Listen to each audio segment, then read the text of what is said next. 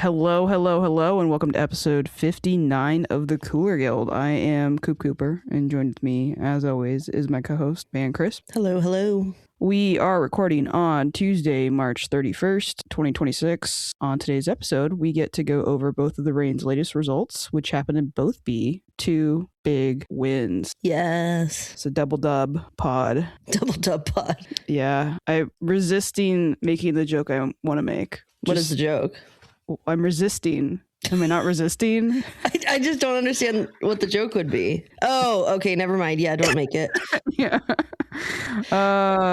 Yeah. I also feel like I always forget that there's 31 days in March every time it happens. Yeah. But first, before we get into the rest of the episode, we've got some housekeeping to take care of. The Cooler Guild is part of the Sounder at Heart podcast network. You can either listen to us on our public feed or, if you're a Sounder at Heart subscriber, on the private unified feed with the other podcasts on the network. If you'd like to become a subscriber, just visit our page at sounderatheart.com/the Cooler Guild. New subscribers get 10% off the normal rate, and you'll help support everything we're doing. Yeah, I had to not do that joke because Alex was like, there was maybe too many F words in your last episode. Okay. Whatever. I was really angry. All right. Yeah, this is a big departure from the last episode. Certainly. Was there overreactions? Yes, but that's what people want. Yeah. And it was also, we did leave it open for maybe it's just a one-time thing.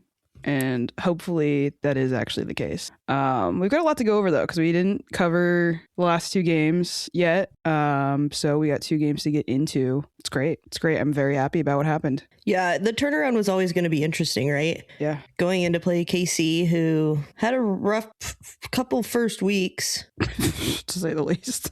Definitely on Fraud Watch. I don't even think they're on Fraud Watch at this point. I feel like they're straight up frauds right now. They're certainly frauds right now.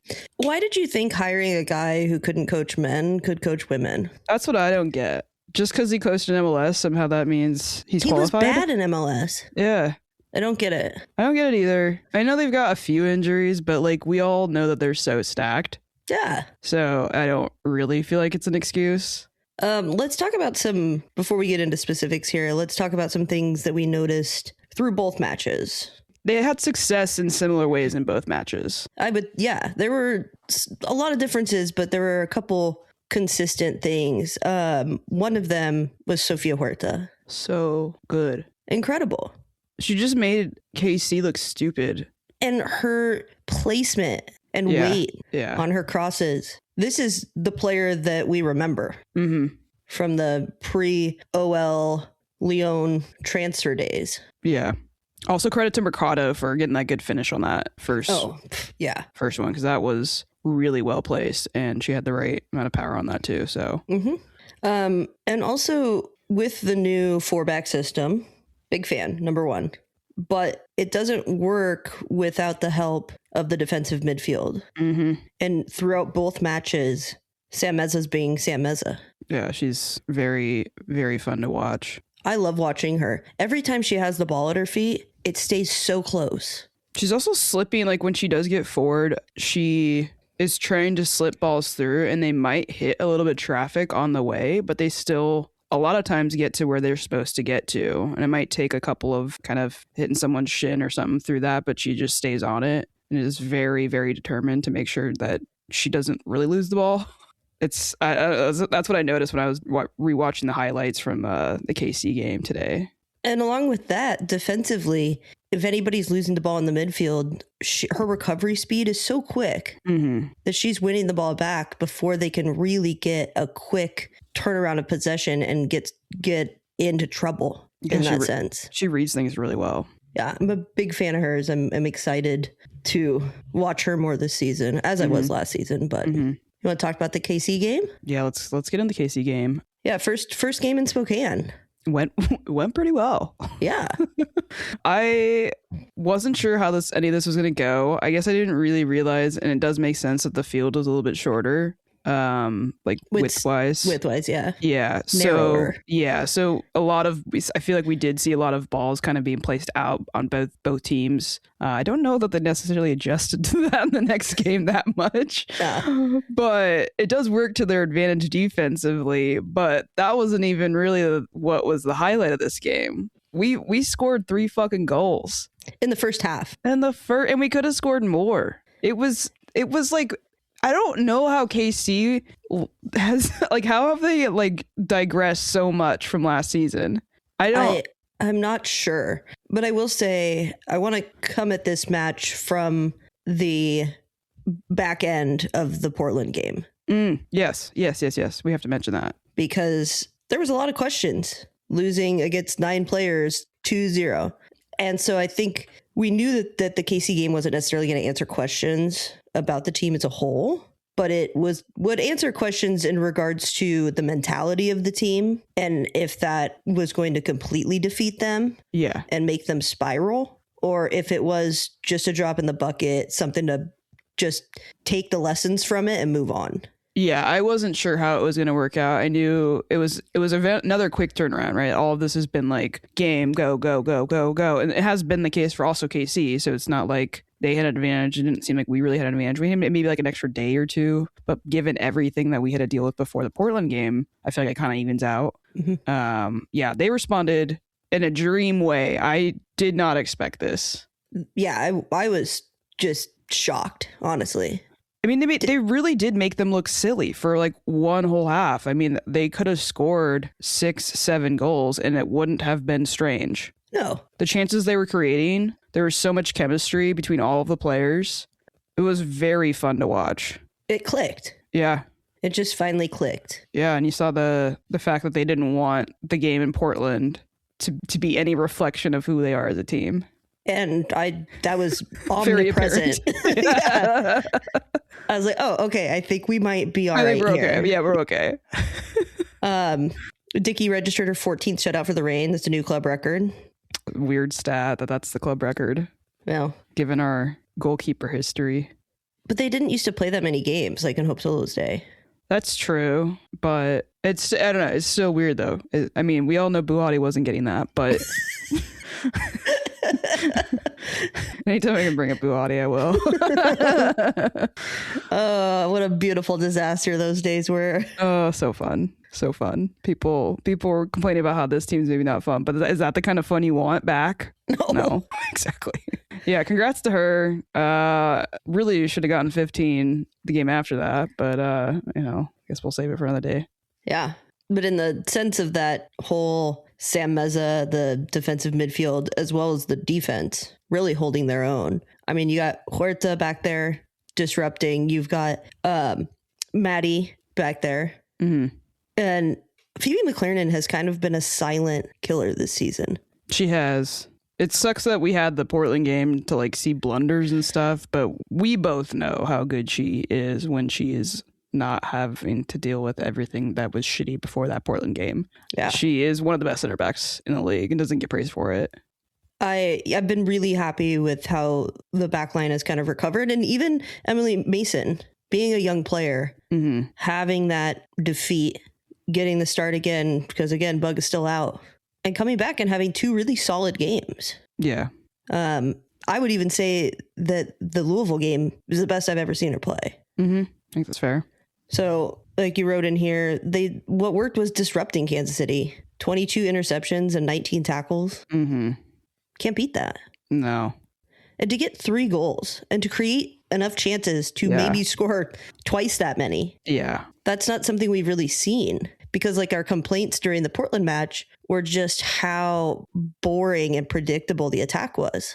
And it always seemed like that was a fatigued mind situation. And yeah, I think that's indeed what it was. Because now we've seen it. When we saw it the first game of the season, right? We were like, oh, okay, this team looks like they're kind of good. And then really, took the wind out of our sails after that. But this is stuff I haven't seen from this team before. And this is without me official. That's exciting. That's very exciting. But I do want to shout out Coco. She seems to have turned it up another level in terms of this offensive pressure that we're seeing with this team. I think we're kind of just getting started with her, which is really exciting. I was very skeptical about this extension, and it seems like whatever she was showing in training to earn that is we're seeing the results of that now in the field, which is awesome. Yeah, I asked Laura about that in the Louisville presser, so I'll talk about that in a bit. But yeah, there's a lot of chemistry between her, Adames, Mercado, Meza even, Mm-hmm. Huerta. It looks like she's kind of figured it out. Yeah, the whole team is really, really like vibing with each other. It's what we want to see. Yeah. What didn't work in the KC game? My prediction that things wouldn't go well. Yeah. Things went very well. Alex like made me shut that out. Because she listened to the episode. She had a drive to like Longview or whatever, and she never really gets to listen to the show because she never has a drive because her commute's like 5 minutes. But she was just like, "Are you gonna admit that you were wrong?" And I was like, "I guess fine. If the result is we won 2 games, hell yeah, I'll admit it." Yeah. I was skeptical. I was very skeptical. Darn. My team won 2 games instead.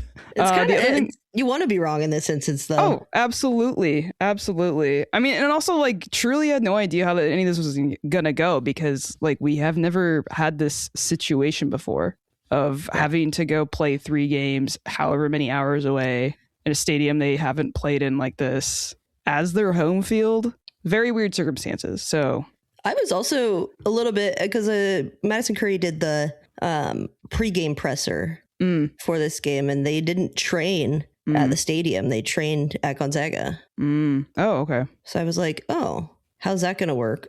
Yeah, well, it worked out fine. Well, no questions now. Yeah. Other thing that didn't work, I put down Corey Bethune chose Kansas City.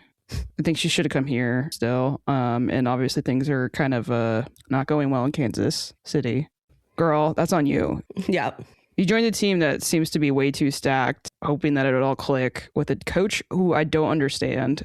Anyways, if she wants out of that contract and wants to come here, I'm fine with that. There was also a couple refereeing issues in this match. Mainly, Jess Fishlock hit a banger that hit the crossbar and hit directly down. It kind of like swerved in and then bounced, right? Because it kind of like, it didn't just go straight down. I feel like when I was rewatching it today, it kind of like hit the bar and then like kind of spun in and then back to the line and then out. It's hard to see. They don't have goal line technology for some freaking reason. It's wild. It's wild, and they didn't even review it. Yeah. Which is even more wild. Yeah. And so there was no definitive tell. But from what I saw on the television camera replays, that it was fully behind the line. I'm curious if they have more cameras for that in Seattle, because I could see where this might be an issue because we're playing in Spokane. I don't know how many cameras they have access to there, but I don't know. You're playing a game where everything's relying on a ball crossing one spot. Yep. Can they not just put a camera right there? Yeah. And it's not like the cameras at Lumen are permanent. They go with the broadcast team. Yeah, that's weird. So I don't know what the issue... goal line I'm confused why goal line technology isn't everywhere, to be honest. It seems I don't know. Stupid. It must cost like so much money, but I don't know. There was also a handball call. This was so annoying. This was really annoying to me because ball comes in and it kind of pops up on Mercado in the box. She gets called for a handball. Didn't hit her hand. Doesn't hit her hand. It hits the defender's hand. Yeah. So they initially call a handball. Arm is out. Right. They initially call a handball on Mercado. But they go to VAR and decide it's not a handball on Mercado, but it's also not a handball on the other player. I think even though it hit that player's hand and the player moved the hand and moved the ball. Yeah, it was really stupid. I'm not going to go whine about this too much because they won the game 3-0. Yeah. But I'd just like some consistency, please. Yeah. It's also like her hand wasn't like near. I get it when it's like your hand's kind of close to your side or something like that, but her hand was above like her shoulder area or like above her elbow at least. Yeah. So yeah, it was a missed call, but you win 3-0. I guess we can't complain a lot. Did you see these posts about? I mean, I don't want to bring it up because I just want to not acknowledge the people who have these bad takes. But also, it's just kind of offensive when our team wins so emphatically, and then people have takes that like, oh, well, you beat the B squad of Kansas City. I didn't understand that. I truly saw like the B squad and I was like, where was this B squad? We all saw the starting lineup. It had Allie Sentnor in it. Anytime you got Allie Sentnor in the field, that's a scary thing to have to go against. That's not a B squad. That's not a B squad. You've also got your starting goalkeeper from everything who was goalkeeper of the year. I will say she's awful and has been awful. And Anyway, people like her. People think she's good. But true in our hearts, we know. Sure, we know. But let's just go with the league narrative of they did give her goalkeeper of the year, and she's on the field. I'll shut up.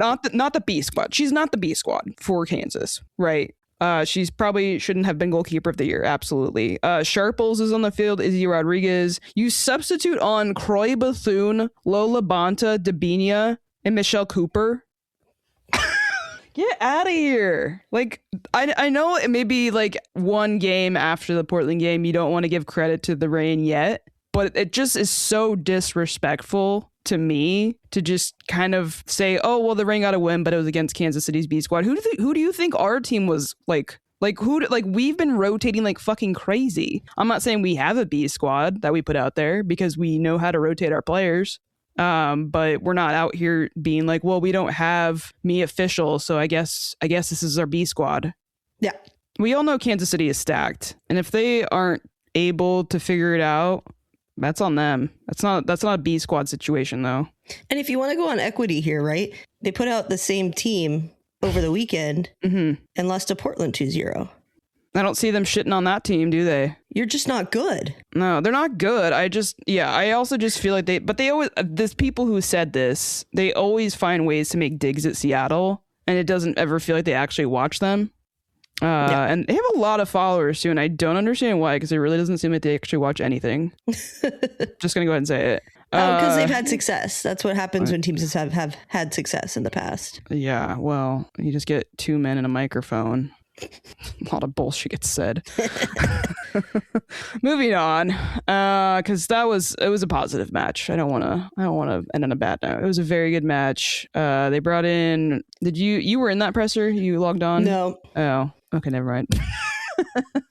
They had a Huerta and Dickey in for that presser. The thing that stood out to me on that one is the praise that they gave Ratcliffe. Huerta mostly was just talking about how she's always been a player she doesn't want to play against. She's just so talented and physical of a player. She's always going to be battling, and to now have her on the team is awesome. She's been a great pickup. She's been great. Better than I would have imagined. Although, again, I was thinking of her, if this is going to be like Latsko, I'm going to be over the moon. And it's turning out to be like that. Mm-hmm. So, good for her. I sent you like screenshots of her stats so far this season compared to last season. Mm-hmm. And she's already exceeding that. Yeah, I don't know we'll see how sustainable it is. But like, if she can do this every few matches... That's huge. Her positioning's incredible. It is. Yeah. Her vision on the field is great. She's clicking with everyone already. Yeah, and she's a player that generally wants to score goals. Mm-hmm. I don't see the negative here. It was a kind of a mystifying pickup, but then we lost Heidema, right? Mm-hmm. So it's just worked. Mm-hmm. It's great. I guess maybe she's watched Huerta enough that they just know each other. Be on the field, but now they just have to line up a little bit differently.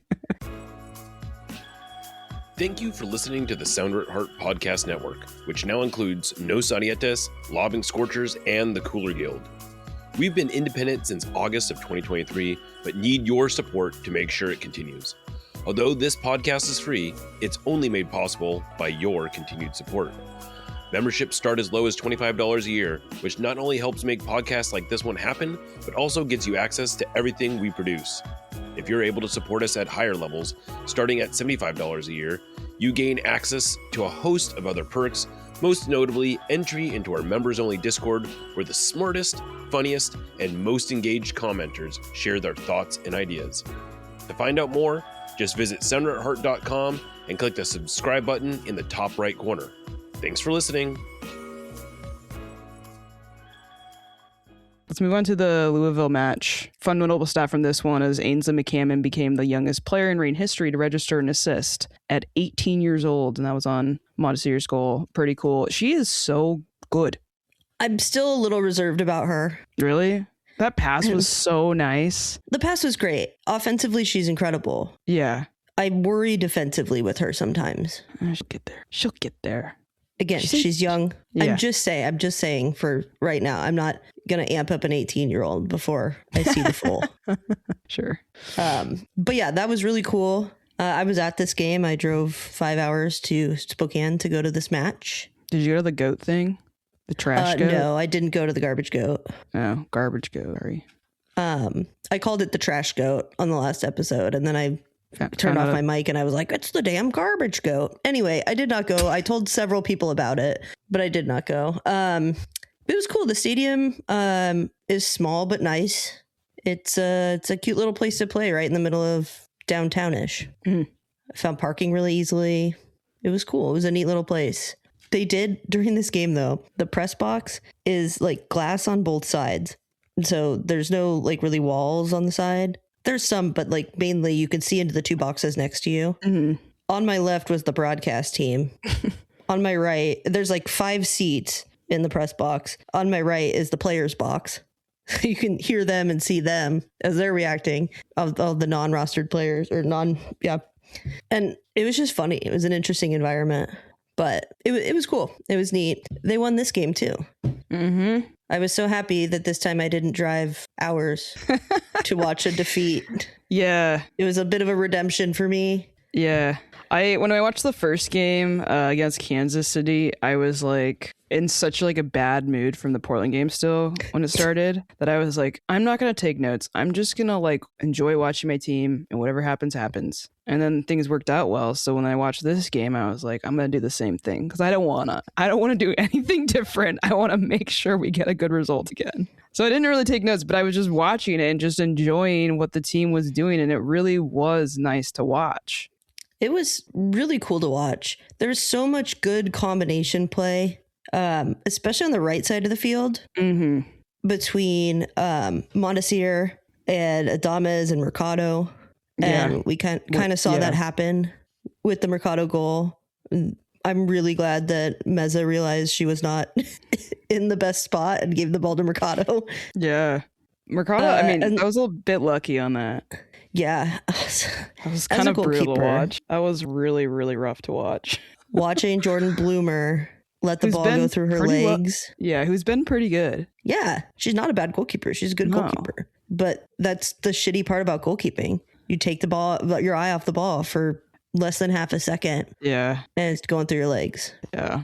But and everyone has 100% of the shots you don't take, you know? Yeah. I feel like I saw some of those kinds of goals when Mercado was scoring like crazy in the USL. Yeah. She just tries and, there's blunders. Keep shooting, Well, that was kind of one of the things we were talking about going into the season was taking more shots. Yeah. You don't know when something's going to happen. Exactly. Weird deflection, stuff like that. We saw that in, there's a free kick from Huerta in the first game that almost went in. She drove it low, it got deflected, and it would just miss the post by like less than a foot. Mm-hmm. So some of these things that you see from the team that are different from last season, they're taking the chances. They're not looking for the perfect shot. And it's pretty refreshing. I will say that Jordan Bloomer, as I was standing next to the trash can in the tunnel, took her gloves off and just threw them in the trash next to me. Where they belonged. After the game. Where they belonged. I mean, that's what I would have done. That's exactly what I would have done too. I don't blame her at all. It's frustrating, and I would bet money that we won't see that again from her this season. No. She probably hates Spokane now. Yeah, I would. Yeah. Also, one thing that I alluded to earlier was Emily Mason. This match for me gave me a lot more confidence in her. She's really putting her body on the line. She was doing a better job of positioning herself when she was getting ran at, making the shots more predictable for Dickey, and doing a really, really good job of clearing the ball and interrupting passes into the box. One other thing I will mention, if she does get playing time in the next game, she has a frickin' leg on her. You know how we talk about Phoebe tries to play those balls over the top to the corner and make those switches, and sometimes they don't really make it. Emily Mason has absolutely the leg to hit those 100% of the time. So if we get to see more from her, I would love to see her try and put the ball behind or switch the play a bit and use that to our advantage. Yeah, that's what we see when Bug is on the field. And hopefully she comes back. But it is good to know that we have someone who can at least kind of do that, try to replicate that. Yeah, it might have just been me, but it was just something that I hadn't really clicked to me that she had in her arsenal at that point. Yeah. Any other things that worked from this match for you? I mean, just keeping the ball rolling, right? Like, you got the other win. Keep that momentum going. Let's get another win. They got the other win. That's a lot of points picked up so far in this really strange set of circumstances with games. And they are having a break coming up soon. So, yeah, I mean, they need to rack up these points, and they're doing a pretty good job at that. So, yeah, 9 points in 4 games. It's pretty sweet. Yep. What didn't work for you? Man, letting the pressure get to them at the end of the second half. Mm-hmm. And there was a tactical change from Louisville where they pushed Taylor Flint higher up the pitch, which Laura Harvey talked about in the post-game presser, that they hadn't really prepared for Taylor Flint to play so far back. Yeah. And so with that aerial threat and just that, she's a very imposing player. Yeah, definitely. And so once they pushed her up and were getting her into the mix on the attacking side, and they were getting the ball out wide and starting to break the defense down, I wish they would have made some sort of adjustments instead of just taking the pressure. Yeah, another clean sheet would have been really good for this team. So that's like kind of a bummer. But they were able to review this goal somehow because it again hit the crossbar on the same side of the field too. Hit the crossbar and bounce behind Dickey. And bounce back out. But they call this one a goal. It was a lot clearer on this one, I will say. But the fact that they didn't review the other one's just so annoying. Yeah. Anything else didn't work for you? No. It was nice. I'm just happy to be happy at this point. I know. I mean, they play Wednesday. They get this win on Saturday. Maybe it didn't always look pretty at times, but that's just kind of how it is. So I'll take it. Yeah, and they finally get a week break. Whew. They need it. They get to go home for a little bit. Yep. And then fly. I guess they're flying back out to Spokane. They fly each time. So, cool. Well, do you have any presser notes you got from this one? I did want to. Laura Harvey did call out Holly Ward, which before they close off questions was going to be one of my questions. It was her first start. And I thought she looked up to the task.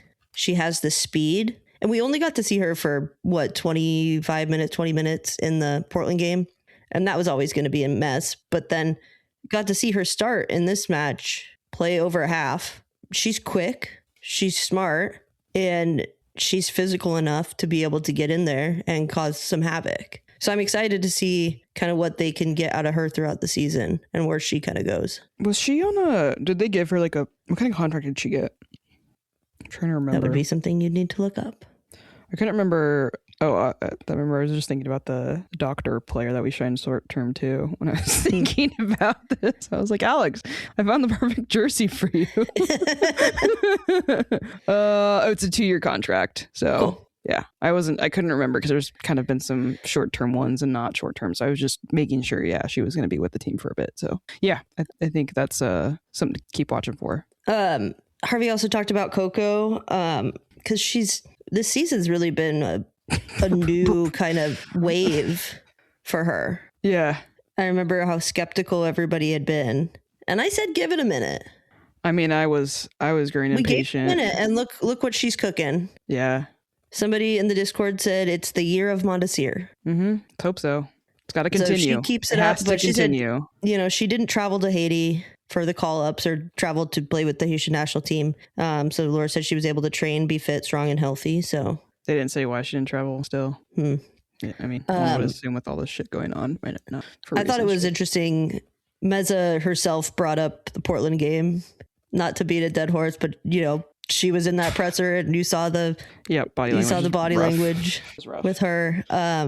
But she just kind of highlighted how they've stayed strong through the rough patch and worked as a collective to improve and show who they are, because that Portland game is not the team that they are. Yeah. And it's going to take a while for people, I think, to really believe that, though this is helping. Yeah. But they're going to need to see some consistency. I'll add on to that about what Harvey said about that. She was happy that the team could see that the stuff they'd talked about, if they can do it, they can create goal scoring opportunities. She said that in the Louisville presser. Or the KC presser, sorry. And she said that on the KC presser. So we've got the first glimpse of that. And then the same thing, kind of, you saw that happen on the field again in the Louisville game. So that's giving me hope, which is what we had asked for this stretch of games, is just give us a glimmer of like what this team can do, and that it's not all going to be bad, and that this Portland game was just, we're going to forget about it because it doesn't actually mean that's who we are. Yeah. So I feel excited for the first time in a while about this. It was a nice 2-game stretch. Mm-hmm. I don't want to get ahead of myself, but what I'm seeing from this team is something that I think can get fans excited. Yeah. You scored 3 goals, 2 goals. You're not eking out necessarily as last year, eking out wins. God, yeah. Right? You're putting on a show. Mm-hmm. And I think that's important from a marketing standpoint. Yeah. And you can see an identity forming too with their attack. Yep. Crazy. Didn't know it'd be happening so fast. Yeah. Cool. Is it time to do Cooler Player of the Match? Let's do it. Matches. God damn it. The Cooler Player of the Match is brought to you by the Doctor's Office, a great little 12-seat bar on Capitol Hill. The owner is a big fan of the rain and is proud to be our very first sponsor. So this is going to be a new one. I don't think we've done this before. Same player for 2 matches in 1 episode. Yeah, I mean, we haven't done that before. No. We've given the same player Cooler Player of the Match twice in a row. Yeah, but it counts more, when it's 1 episode. Okay. She can brag about it more is what I'm saying. Oh, gotcha. Yeah. And I think that this player for me has been a player that kind of saw a little bit of brightness from last season when she came back. Mm-hmm. Like, ooh, this could be a really important part of the attack. And we're kind of seeing that come to fruition. And even if she's not scoring, there is an energy about Maddie Mercado that is an attacking threat that I don't think we've had on this team since maybe Lynn was playing. It reminds me of like the first year or 2 with Balser. Well, she's just like score more goals than Balser did. Yeah, but she was disruptive. Yeah. Right? She was causing people to adjust their defense for her. She just she's got the speed, and they're giving her the space to be creative and to kind of, in the Louisville game especially, she was kind of playing with Coco in like a little umbrella here where, ball goes to the left, she drops, Coco goes up, ball goes to the right, she goes up, Coco drops. And it works because there's always going to be somebody to back her up when she wants to go off and go for it. And I love that it doesn't feel like they have her on a leash or anything. They're just like, go ham. Yeah, she looks hungry as hell. I mean, 2 goals in 2 matches in this stint. Mm-hmm. Sure, one of them, she took a shot and it went in. Counts. Goalkeeper's fault, sure, whatever. But that goal in the KC game where she got up and redirected that header, that was the best header goal I've seen from this team in a while. Yeah. That was a definitive goal. Lorena didn't move. Really? No. But yeah, I mean, she really did. I don't understand how she got goalkeeper of the year. Oh my God. But yeah, I mean, she placed it really, really well and got power on that header. And I know Haidama does that too. And that was something I was worried that we might not still have, and we do. And she's also, so far at least, showing that she's a little bit more dynamic in terms of types of goals scoring. So it's I think it's deserved to give her this little, I don't know what you want to call it from us. Credit. It's not really credit. This is like a little hype. Yeah. Let's hype her up. So Maddie Mercado, congratulations on Cooler Player of the Matches.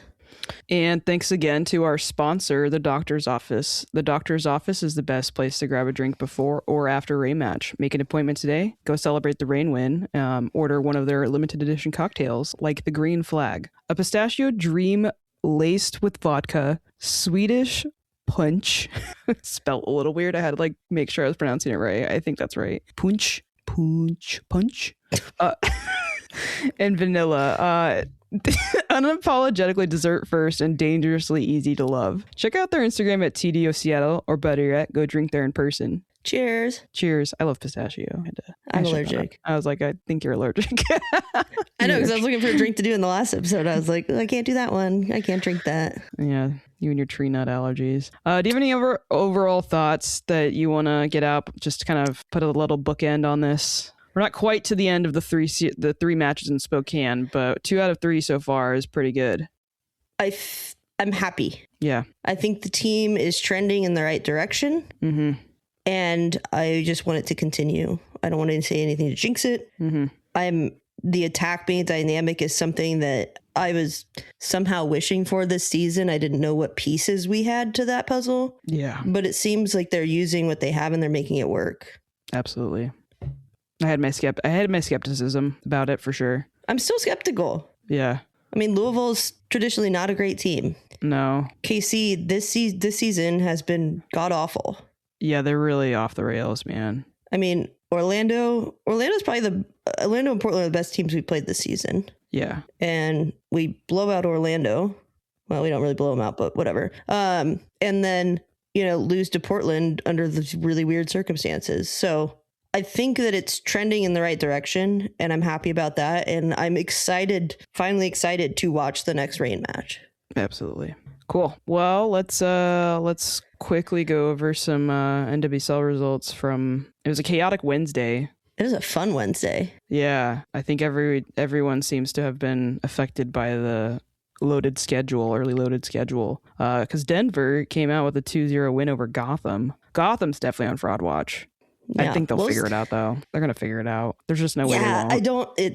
It's hard for me to be, but I mean, KC's got a stacked. I just think Gotham's got like that championship hangover, though, where they're just like not putting it into gear until absolutely necessary, which we all know they can do. Sure. I mean, only time will tell. Yeah. Utah tied Washington. Washington is definitely one to watch for. They got a 1-1 draw against Utah. Utah, not good. San Diego played Portland. This one was really fun as a Reign fan to check the score on. San Diego beat Portland 3-1. I guess those red cards had bit them in the ass in some way. Yeah. Orlando beat Chicago 3-0. Heidema was out for that one. I don't know if she was out for the other one, right? She was out for both matches. Okay. Yeah, she's got some sort of injury, so that's not great. She did something to her hip. Ooh, hip injuries are annoying. Yeah. And then for the weekend's results, do you want to go over those? Sure. I mean, Angel City's looking like a decent team this season. Who knew? Not me. Yeah, the same. They beat Houston 2-1. Utah beat Boss Nation 2-1. So overall, not a bad week for Utah. Yeah. Denver had their inaugural home opener, which set an NWSL attendance record at with 63,004 people. It's wild. I really wish they would have gotten a goal in that game. Yeah. It's like kind of upsetting that they didn't. Well, they're not the best, so hopefully they're still not the best when they come to Spokane. And then KC's doing KC stuff and lost to Portland 2-0. Whew. Bay beat North Carolina 3-1. Bay is having like a better season. North Carolina's going through it, though, it feels like still. Yeah. San Diego beat Chicago. Poor Chicago. Chicago's not good. Well, the Chicago win might be back this year. Yeah. And then Gotham and Orlando played to a 0-0 draw. Yeah. So the points aren't coming for Gotham. Nope. Goals aren't. We're sitting in third place right now. That's right. Let's overreact. Hell yeah. Hell yeah. Gonna keep going up. My preseason prediction has so far looked okay. Yeah. But yeah, Angel City sitting on top, then San Diego, then us, and then Portland, all on 9 points. So with the weird tiebreakers and everything, we're in third. And with the stupid game in Portland, which had there not been stupid circumstances surrounding it, we could be at top. Mm-hmm. That's annoying. But Boston, I won't complain. Yeah. I'm not complaining anymore. I'm over it. Boston still doesn't have any points. They haven't gotten any. Is that right? I mean, I wrote that down, so I believe that has to be right. It's just crazy to me that that's true. No, they lost. They've lost every game. Was there a 0-0 draw in there that I didn't see? I'm just like wondering if it was. Let me find out. Yeah, it's 0 points for Boston. I was like, maybe they got a draw. Maybe I meant to put no. They had no wins, but no, it's KC that haven't gotten, or in the Spirit that haven't gotten a win. Yeah. Boston not off to a great start for this franchise.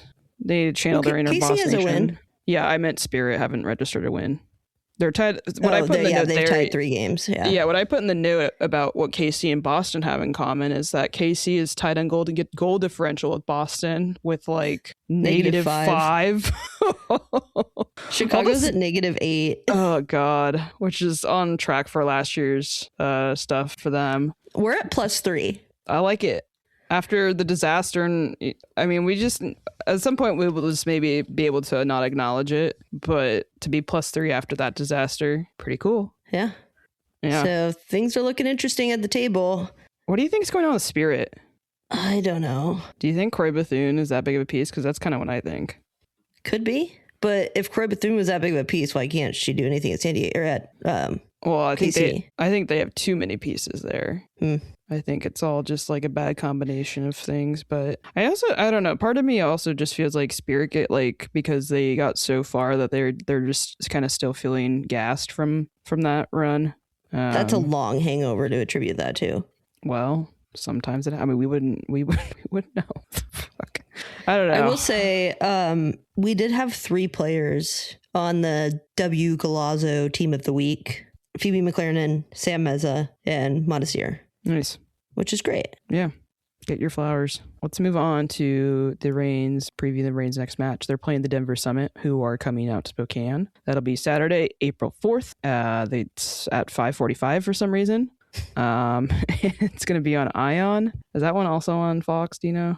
I have not checked. Let me, I can pull this up. I can pull it up here. Okay. I was like, maybe they're putting them on. It just says Ion on here. Oh, wait, that's the other one. It looks like it's just on Ion. Okay, cool. What do you want to see in this match? I want to see the continued offensive press and what we were talking about earlier, winning the ball back in the midfield to create opportunities. I need to see Sam Meza be Sam Meza, which I think is a pretty good bet these days. Yeah, consistency is pretty much always there. It's like her thing. Yeah. How about you? I want to win over an expansion side. I don't want them to feel like they can get one up on us. No. And if we can get that win, we can be undefeated in the Spokane and also have a winning streak in Spokane. Like we've only won in Spokane would be nice to say. Yeah. That's kind of where I'm at. I just don't. Yeah, I want to win over an expansion side every time. Every time I do. Sometimes it hasn't gone well for us in the last few years, and I'm kind of over it. Yeah, that's always really annoying. It'll also be interesting to see the team after a week of rest. Yeah, Bug might be back. She got called into the U20 national team, so it's good. Yeah, I want to see them continue to be this attacking team that's inventive on the attack, can find multiple ways to break down the defense. Mm-hmm. It could be fun to watch. I want to watch a fun game. Yeah.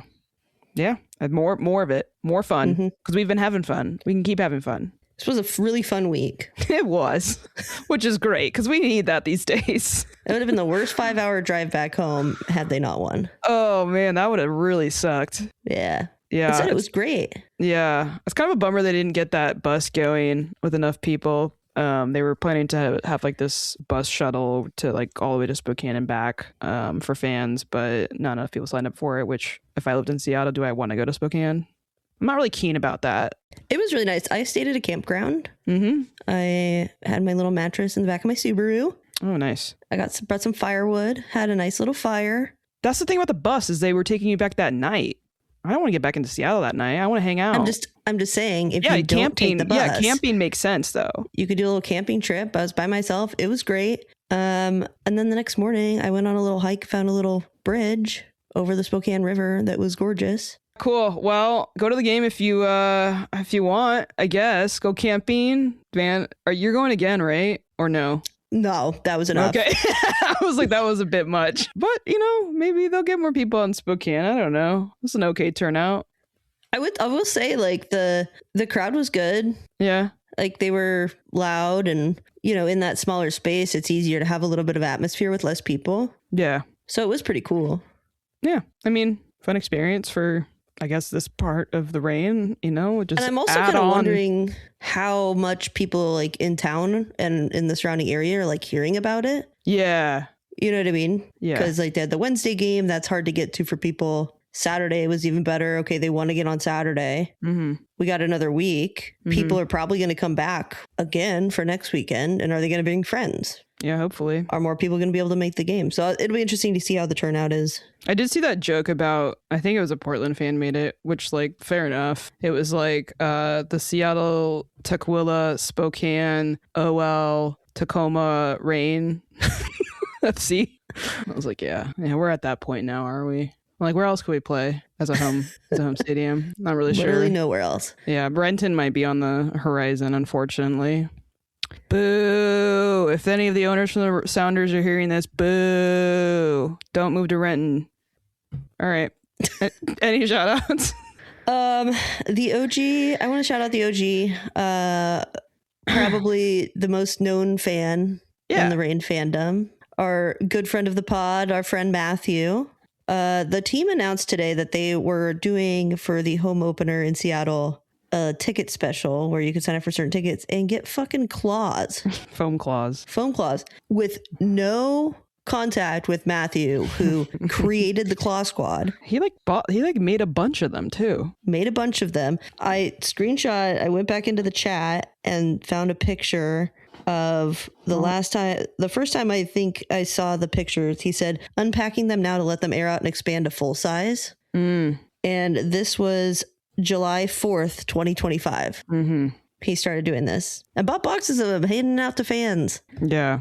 And now the team's just they love using him in marketing materials. They do. And then they're taking his idea without no credit, no communication. No communication. No, like, I feel like there could have at least been a trade of some kind, or just like a goodwill kind of something like, hey, it's a good idea. We're going to be doing this, just so you know. Because I mean, granted, we don't this is based on a real human being. So I feel like it is like, you can't really own the rights to something like that. But like, we, the fans, create this culture and this fun. So like, that just is kind of a bad look to take Matthew's idea. It is. I feel like they need to do something for him. And he already has like the best seats in the house. So I think personally they should give him a suite.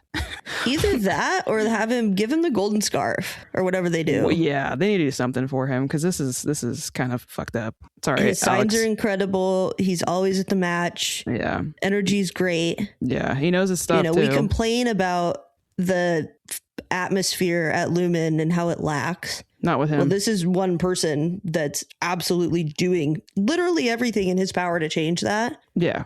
And then you're not going to acknowledge him with this. No, he brings in so many fans and like creates so much fun for everyone. It pisses me off. Yeah. So justice for Matthew. We love you.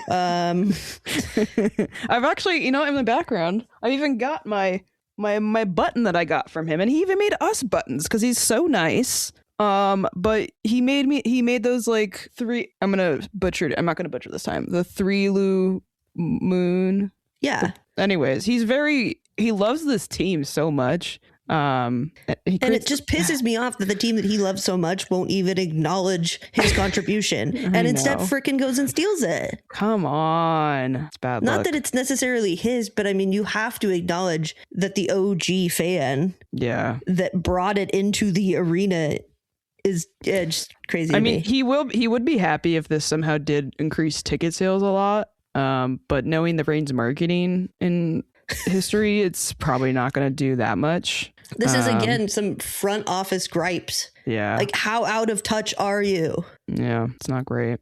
But anyway, Matthew's shout out great. Matthew. Yeah. I think I'm done ranting for the day. Sounds good. I feel like I had something to say, but I don't remember what it was. So next time I'll write it down. But that's not now. Thanks again to our sponsor, the Doctor's Office. You can always go follow us on Bluesky and Instagram. We're at Cooler Guild Pod. You can send us an email. We do love an email. We love an email. They're so fun. They're very fun. It's usually Ron, but if someone else wants to join, please do. It'd be great. You can also visit our main page at sounderatheart.com/the Cooler Guild. Sign up for Sounder at Heart there. We get a little credit for that. And you can join the Discord where people like Matthew hang out. And you can be cool like Matthew. Yeah, and you can see us air grievances towards people stealing his ideas. We're also on YouTube, youtube.com/at the Cooler Guild. Wherever you're listening, please go rate 5 stars. Till next time, I am Cooper. I'm Van Crisp. Stay cool, y'all. Stay cool.